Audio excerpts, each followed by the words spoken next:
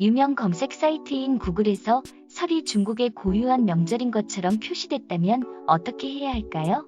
몽골과 베트남 등을 포함해 우리나라처럼 음력 새해를 세고 있다며 사이버 외교사절단 방크에서 2년 동안 꾸준히 시정을 요구한 결과가 바뀌긴 했지만 아직도 잘못된 설명이 남아 있습니다.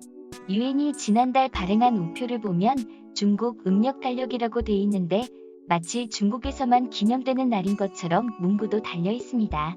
방크는 아시아의 다양성을 존중해달라며 유엔을 상대로 청원글을 올렸고 유엔은 중국 홍보부라는 비판 포스터도 만들었습니다.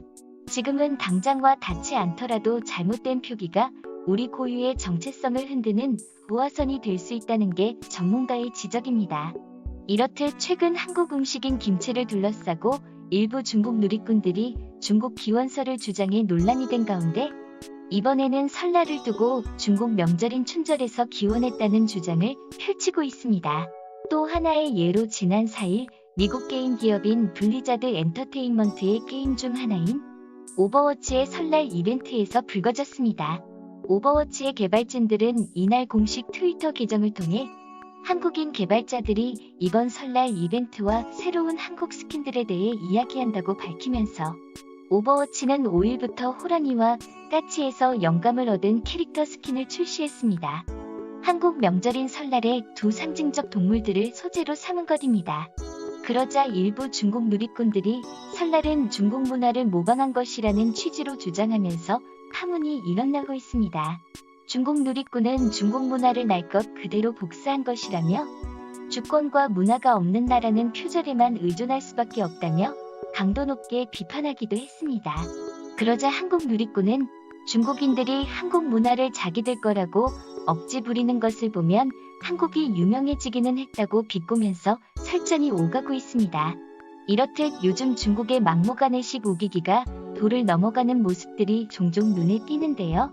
이에 중국 네티즌들의 반응을 보시겠습니다. 원래 중국 것이었으며 일개 부속국가가 종주국가를 모방하는 것을 자랑스러워해야 하는데 어떻게 종주국을 앞서서 나가려고 하냐? 누가 너희들에게 그런 자신감을 준 거야? 먼저 중국을 배운 후 중국 문화를 습득하도록 해. 너무 뻔뻔하지 않아? 사실 세계는 이런 문화유산 신청엔 관심도 없습니다. 말하자면 우리가 우리 문화에 자신감이 부족한 겁니다. 문화적 자신감이 중국 문화 주권을 보호할 필요가 없는 건가요? 자신감만 가지고 있으면 되는 건가요? 우리는 반드시 항의 메시지를 보내야 해. 예전에 우리 속국이었잖아. 사실 북한이 고려의 전통을 이어받았고 한국은 권력만 쥔 거잖아. 한국이 싸우고 싶다면 먼저 중국어와 한자를 다시 사용한 후 시작해라. 한국의 문화라고? 그것은 아마도 삼족을 노비로 만드는 전통과 도둑질하는 문화일 거야. 크리스마스는 왜 한국 것이라고 말을 안 한대요? 크리스마스는 종교적 휴일이기 때문이에요. 저들이 예수님도 한국인이라고 말하지만 않으면요. 내가 중국에서 전도하는 사람을 만났어요.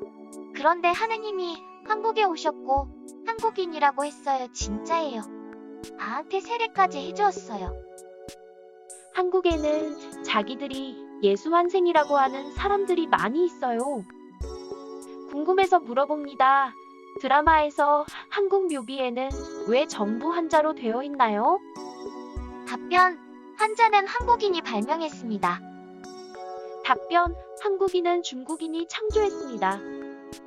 부족한 문화와 역사에 자신감이 부족한 사람은 당연히 도둑질에 의존하게 되어 있어. 이상 중국 네티즌들의 반응이었습니다.